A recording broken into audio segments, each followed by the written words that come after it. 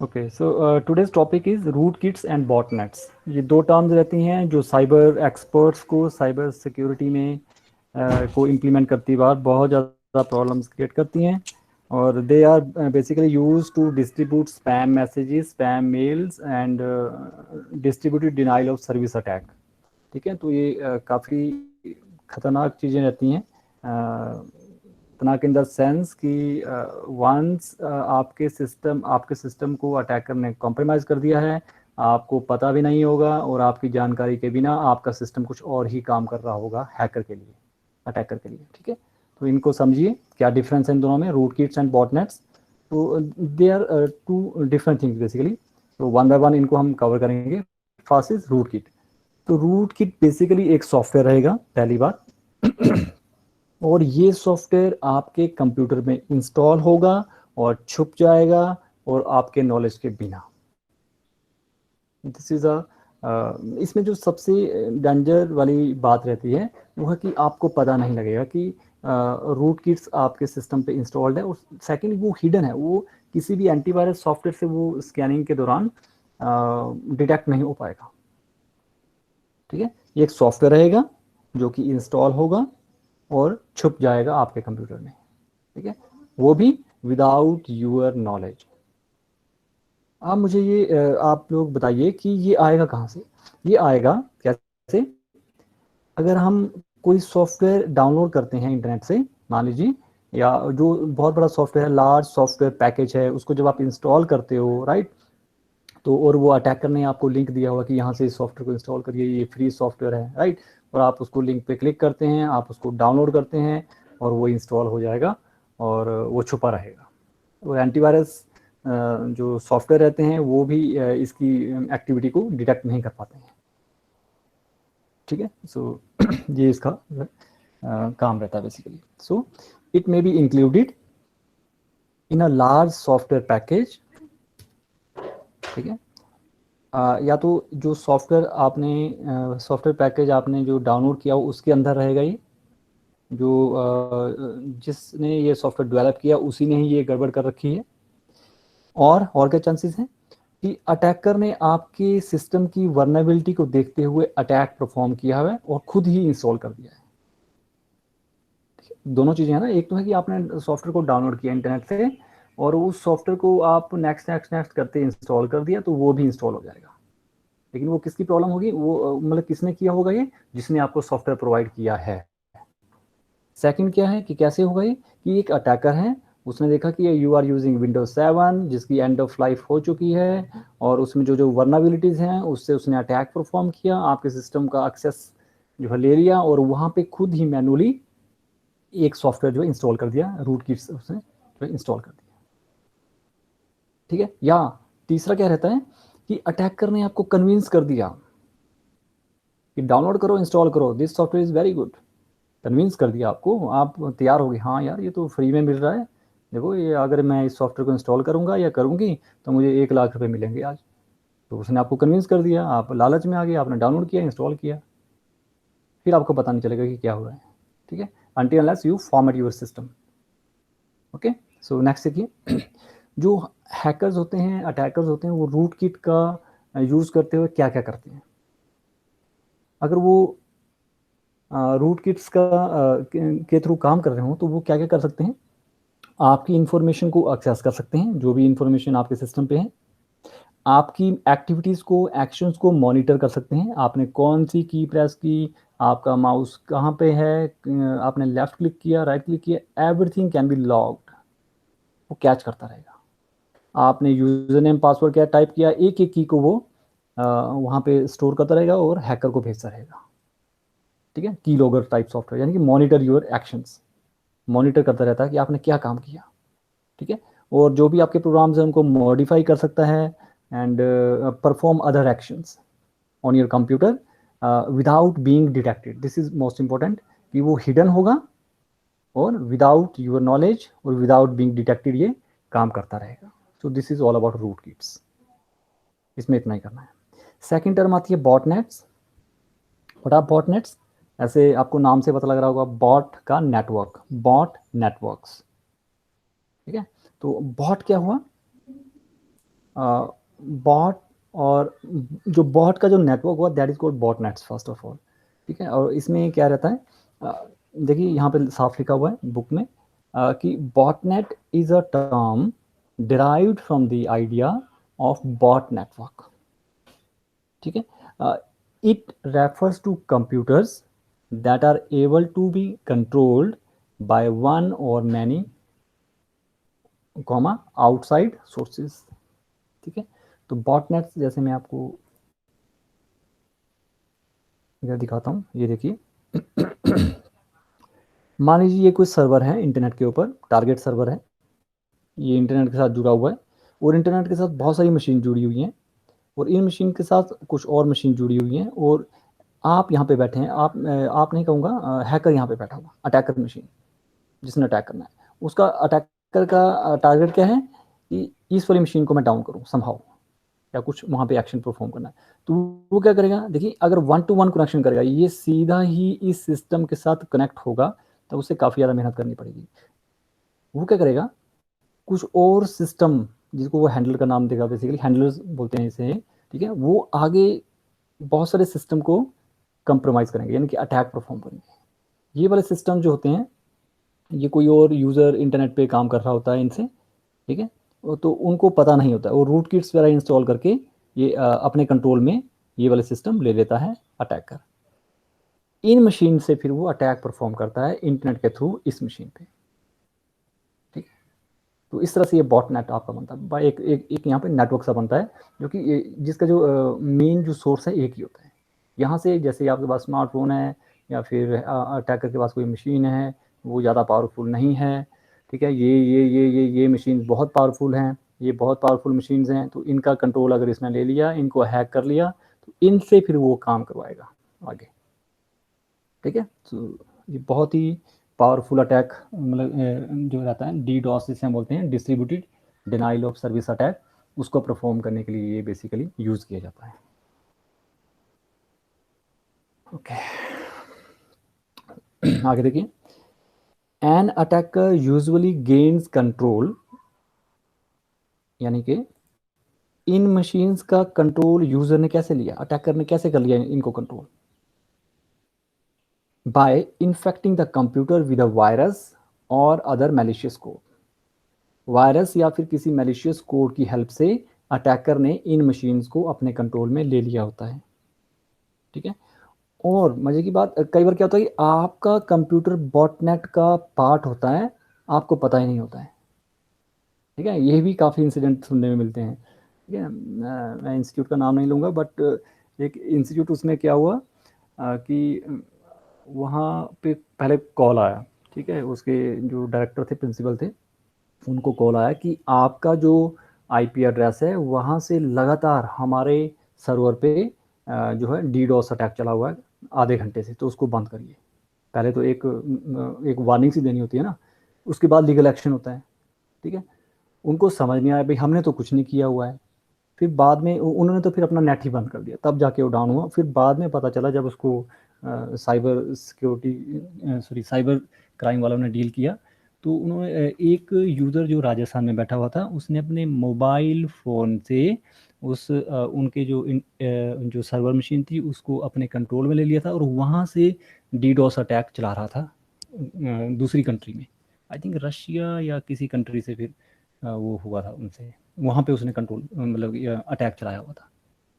यानी कि मशीन चंडीगढ़ में है, वो पर्सन खुद राजस्थान में है, राजस्थान से मोबाइल से उसने कंट्रोल करके, ठीक है, और चंडीगढ़ की उस मशीन को इस तरह से हैक किया कि वहाँ से फिर अटैक परफॉर्म कर रहा है रशिया को। अब आईपी एड्रेस तो रशियन गवर्नमेंट को उस चंडीगढ़ वाली मशीन का मिला, समझ रहे हैं। तो इस तरह से होता है। Okay so your computer may not B part of may be part of botnet, उस नेटवर्क का हिस्सा होगा और आपको पता ही नहीं होगा, और वो बिल्कुल नॉर्मल काम कर रहा होगा, ऑपरेट नॉर्मली हो रहा होगा, ठीक है, और आपको पता नहीं लगेगा। ओके, बॉटनेट्स आर यूज्ड, वो जैसे पिछली साइड में हमने देखा, जैसे रूट किट्स के लिए रूट किट्स कहाँ पे यूज़ हो रहे हैं, वैसा ही बॉटनेट का भी है। ये जनरली डीडोस अटैक परफॉर्म करने के लिए यूज़ होता है। ये अगला भी टॉपिक रहेगा I think, denial of service attack, एक बहुत ही डेंजरस अटैक माना गया साइबर सिक्योरिटी में। उसको परफॉर्म करने के लिए हम बॉटनेट की हेल्प लेते हैं बेसिकली, ठीक है। So botnets are use to distributing spam messages distribute करने के लिए पूरे वर्ल्ड में, राइट, इंटरनेट पे, और वायरसेस डिस्ट्रीब्यूट करने हो, या फिर denial of service attack perform करना हो, डिनाइल ऑफ सर्विस या फिर distributed denial of service attack perform करना हो, तो हम बॉटनेट की हेल्प लेते हैं। हम नहीं कहेंगे बट अटैकर्स, ओके। ये देखिए, why are they consider threat? Rootkits और बॉटनेट को हम खतरा क्यों माने, ठीक है। जिस तरह से इसकी मैंने आपको थोड़ी सी ब्रीफिंग की कि क्या होते हैं ये, कैसे काम करते हैं, तो वहीं से आपको काफ़ी लाइन मिल रही होंगी, यहाँ पे मैंने अलग से लिखी होंगी। सबसे बड़ी प्रॉब्लम क्या है? दे आर हिडन, आपको पता नहीं लगेगा। एक तो होता ना कि आपको पता लग रहा है यार इंटरनेट स्लो हो गया आपका, या कुछ और एक्टिविटी आप देखिए, मेमोरी कम हो रही है आपके सिस्टम में, ठीक है, तब तो आपको थोड़ा हिंट मिलता है कि कुछ गड़बड़ है। अब इसमें आपको पता ही नहीं लगेगा, वो नॉर्मली काम कर रहा होगा और इट इज़ हिडन बेसिकली, ठीक है। If a rootkit has been installed, अगर एक रूट किट आपके सिस्टम पे इंस्टॉल हुआ पड़ा हुआ है, you may not be aware of that computer has been compromise, आपको पता ही नहीं होगा कि आपका कंप्यूटर जो कॉम्प्रोमाइज हो चुका है। एंड एंड जो ट्रेडिशनल एंटीवायरस सॉफ्टवेयर होंगे, जो एंटीवायरस सॉफ्टवेयर जनरली हम फ्री वाला यूज़ करने की कोशिश करते हैं, विंडोज सिस्टम की बात कर रहा हूँ मैं, ठीक है, they may not be able to detect the malicious program, वो उन एक्टिविटी को डिटेक्ट नहीं कर पाएंगे, ओके। सो इसलिए जो है ज़्यादा थ्रेट माना गया है। अगला क्या है इसी में ही, attackers can use root kits and botnets, किस लिए यूज करते हैं अटैकर?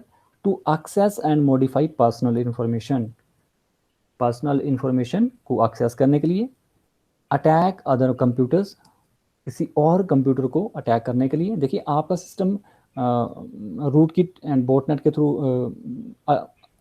अटैकर ने कॉम्प्रोमाइज़ किया होगा और आपका सिस्टम किसी और मशीन को अटैक कर रहा होगा। अब आईपी एड्रेस तो आपका जाएगा, ठीक है, तो ये दिक्कत है इसका। And commit other crimes all while remaining undetected, ये सबसे इंपॉर्टेंट है कि वो अनडिटेक्टेड रहेगा, हिडन रहेगा। बाय यूजिंग मल्टीपल कंप्यूटर क्यों यूज़ कर रहा था? जैसे यहाँ मैंने आपको डायग्राम में दिखाया, ये देखिए, अटैकर एक है, टारगेट मशीन एक है, वो क्यों इंटरनेट के थ्रू सीधा नहीं कर पा रहा? क्योंकि हो सकता है इसकी मशीन कम पावरफुल हो, वो कंटिन्यूसली वहाँ पे नहीं बैठना चाहता, वो कुछ और काम करना चाहता है, उसने यहाँ से प्रोग्राम रन किया, ये सारी मशीन उसके कंट्रोल में आ गई हैं पहले की, ये फिर ये सारी मशीन्स इस मशीन के लिए काम कर रही हैं। क्या काम कर रही हैं? इंटरनेट के साथ जुड़ के इस वाली मशीन को अटैक परफॉर्म कर रही है, और ये चुपचाप सोया हुआ है अपना लैपटॉप बंद करके, या लैपटॉप ऑन रखा है, स्लीप मोड में रखा है, वो खुद सोया हुआ है। जैसे ही उसने ये अटैक परफॉर्म हो गया, वो सक्सेसफुल हुआ, एकदम से इसको मेल आ जाएगी, मैसेज आ जाएगी, कुछ भी आ जाएगा, अलर्ट इसने इस तरह से वहाँ पे डिज़ाइन किया होता है। तो इस तरह से होता है। ओके, तो हम मल्टीपल सिस्टम को यहाँ पे क्यों मतलब क्यों ऑब्जर्व कर रहे हैं? क्योंकि by using multiple computers attackers increase the range को, और अब उस इम्पैक्ट को जो क्राइम करना चाहता है वो उसको वो इंक्रीज कर रहा है, ठीक है। तो दिस इज रीज़न कि दे आर कंसिडर थ्रेट्स। अच्छा, what can you do to protect yourself? अपने आप को हम कैसे प्रोटेक्टेड रखें? By root kits and botnets. वही बेसिक सी इन्फॉर्मेशन जो बार बार आगे तक चलती रहेंगी, जो मैंने पहले भी 2-3 बार आपको करवाई हुई हैं, वो फिर से आएंगी। क्या है वो? Number 1, use and maintain antivirus software, अपने सॉफ्टवेयर को अपडेटेड रखें, पैचेस को अप्लाई करें, फायरवॉल सिस्टम इंस्टॉल करें, उसको यूज़ करें, उसको इनेबल करें, ये सारी चीज़ें आएंगी बार बार बार, बस यही चीज़ें आती हैं। और इसी पे ही अगर हम अच्छे से फोकस करें तो आप पे किसी भी तरह का साइबर थ्रेट का जो है खतरा काफ़ी हद तक जो है रिड्यूस हो जाता है, ठीक है। So first is use and maintain antivirus software, ये रिकमेंड किया गया है in case of Windows he basically. Antivirus software recognises and protects your system against most known viruses, जितने भी नोन वायरसेस हैं आज की डेट में उनको ये वाला जो एंटीवायरस सॉफ्टवेयर होता है रिकॉग्नाइज करता है और आपके सिस्टम को प्रोटेक्टेड रखता है। ठीक है। So you may not be able you may be able to detect and remove the virus before it can do damage करने से पहले, उस वायरस से आपको आपके सिस्टम एंटर हो रहा उससे पहले ही आपको वो जो है प्रोटेक्ट कर लेगा। कौन? Antivirus software. एक तो ये है। Second, install a firewall. Firewall आगे आपके सेकंड लास्ट या इससे अगले वाले चैप्टर में आएगा। ठीक है। फायरवॉल जो है हार्डवेयर भी होती हैं, सॉफ्टवेयर भी होती हैं। जनरली हम सॉफ्टवेयर फायरवॉल की ऑप्शन देखते हैं ऑपरेटिंग सिस्टम में, विंडो 7 में, विंडो 8 में, विंडो 10 में, सभी में है वो बाय डिफ़ॉल्ट ऑन होता है। ठीक है। तो फायरवॉल हार्डवेयर भी हो सकता है, सॉफ्टवेयर भी हो सकता है, उसको ऑन करना होता है, इनेबल करना होता है। Okay, firewall may be able to prevent some type of infections by blocking malicious traffic। कुछ स्पेशल जो ट्रैफिक रहता है जिसको फायरवॉल की टर्म में ये भी ध्यान नहीं आ रहा है एग्जैक्टली, उसको वो ब्लॉक करता है बेसिकली। ठीक है। मैलिशियस एक्टिविटी अगर उसे लगती है तो उसे वो ब्लॉक कर सकता है। ठीक है। तो वो सारा का जो सारा जो ट्रैफिक है जो डीडोस जैसा अपीयर हो रहा है उसको ये ब्लॉक कर सकता है। ठीक है। सो दैट वो आपके सिस्टम पे, आपके नेटवर्क में एंटर ना हो पाए। एंड हाँ, आगे लिखा है some operating system actually include a firewall. जैसे विंडो 7 में फायरवॉल की ऑप्शन होती है, राइट। विंडो 10 सभी में है, विंडोज़ की सीरीज में वो फायरवॉल अगर वो है तो उसे इनेबल करिए। कई बार वो डिसेबल होता है, कुछ एक वायरसेस, कुछ एक प्रोग्राम उसे डिसेबल कर सकते हैं, तो पहले आप चेक करिए कि वो इनेबल है कि नहीं है। This is very important. Third is use good password. ये भी एक डूज एंड डोंट्स के अंडर काफ़ी इंपॉर्टेंट एक पॉइंट रहता है कि रूट किट्स एंड बॉटनेट्स या किसी भी तरह के मलिशियस एक्टिविटी से अगर आपने बचना है, सेफ आपने इंटरनेट एक्सेस करना है, you should use good password. Password कई बार हम बड़ी लाइटली लेते हैं, जैसे आपके ही जीमेल के पासवर्ड लीजिए। ठीक है। मान लीजिए आपका नाम अमित है तो अमित@1234 ये आपका पासवर्ड होगा। अरे भाई चेंज करो इसको। ठीक है। आई एक्सपेक्ट कि आप अपने अपने जीमेल के अकाउंट का पासवर्ड चेंज करेंगे और उसमें एक ऑप्शन रहती है two step verification. Two step verification उसमें क्या होता है, जैसे मैंने किसी और कंप्यूटर पे बैठ के लॉगिन करना है, मैं जाऊंगा जीमेल पे और जैसे मैं लॉगिन करूंगा वो एक OTP भेजेगा, वन टाइम पासवर्ड मेरे मोबाइल पे आएगा। वो मोबाइल नंबर आपको रजिस्टर करना होगा अपने जीमेल आईडी पे। ठीक है। तो आप अपना पासवर्ड अगर किसी को बता देते हैं, बता दो, कोई दिक्कत नहीं है। लेकिन अगर ये OTP बताते हैं तब दिक्कत आती है। ठीक है। जैसे मान लीजिए मेरा यूज़र नेम pankaj@dbhamiru है, .org है, ये मेरा यूज़र नेम है, ईमेल आईडी है और पासवर्ड मैंने आपको बता दिया। और आप जैसे ही लॉगिन करने की कोशिश करोगे एकदम से मुझे एक वन टाइम पासवर्ड आएगा, OTP आएगा। ठीक है। वो OTP मुझे नहीं बताना है आपको। अगर मैंने बता दिया तब तो आप लॉगिन कर लोगे, अगर नहीं बताया तो देन यू आर सेफ। ठीक है। तो इस तरह से आपने चलना है। तो टू स्टेप वेरिफिकेशन वाली जो ऑप्शन रहती है जीमेल में, वो आपने अपने अपने ईमेल अकाउंट में इनेबल करनी है। किसी को नहीं लगेगा पता, then let me know, first you try it out. ठीक है। और उसने कहा कि सिंपल पासवर्ड ना रखें जो गैस हो जाएं। जो आपका नाम है, नाम अमित है, पासवर्ड भी अमित हो गया, 1 2 3 4 5 6 यही रखने हैं पासवर्ड। ठीक है। तो वो ऐसे पासवर्ड नहीं रखने हैं। और हर मशीन के लिए, हर डिवाइस के लिए आप अलग अलग पासवर्ड रखिए। और कंप्यूटर में एक कई बार ऑप्शन आती है, do you want to save your password. जैसे आप इंटरनेट एक्सेस करते हैं तो ब्राउजर में ऑप्शन आती है, तो वहाँ पे नो करें। ठीक है। Do not choose options that allow your computer to remember your passwords. ठीक है। तो वो आप नो करें, याद रखें पासवर्ड को बस। Fourth is keep software up to date. वही बात आ गई है, ऑपरेटिंग सिस्टम जो है उसको अपडेटेड रखें, जितने भी सॉफ्टवेयर हैं उसको अपडेटेड करें, क्योंकि वो सॉफ्टवेयर उसमें पैचेस अपडेट्स आएंगे।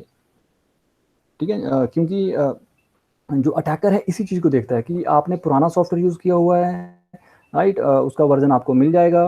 ठीक है। कि कौन सा वहाँ पे वेब सर्वर चल रहा है, कौन सा वहाँ पे कोई फाइल सर्वर का वर्जन चला हुआ, राइट। तो वहीं से वो अटैक जो वर्नाबिलिटीज़ को ढूंढने की कोशिश करेगा और उसी चीज़ की एडवांटेज लेगा हैकर, अटैकर। ठीक है। तो आप अपने सॉफ्टवेयर को अप टू डेट रखें। Many operating system offer automatic updates. Automatic updates की ऑप्शन आती है लगभग सभी ऑपरेटिंग सिस्टम में, उसको आप इनेबल रखें ताकि आपको बार बार अपडेट करने की जरूरत नहीं रहे, वो ऑटोमेटिकली करता रहे। Okay. Fifth is follow good security practices. ये आप एक्सपीरियंस से सीखोगे, एक अच्छे माहौल में रह के सीखोगे, जिससे आपने पहली बार इंटरनेट को यूज़ करना सीखा हुआ, उसके थ्रू सीखोगे। ठीक है। सो कुछ एक प्रिकॉशंस रहती हैं, सावधानियाँ रहती हैं कि हर कहीं क्लिक ना करें, अपना ईमेल आईडी हर कहीं ना दें, और वेब ब्राउज़र को आप कैसे यूज़ करते हैं ये आपको काफ़ी हद तक पता है। So this is all about the rootkits and botnets. Okay, so today we learn about rootkits and botnets. After then, why they why are they considered threats? ठीक है, वो हमने देखा। उसके बाद what can we do to protect ourselves, ये हमने देखा। बस इतने rootkits and botnets में इतना ही करिए। This is more than sufficient for today, and let me stop the recording here.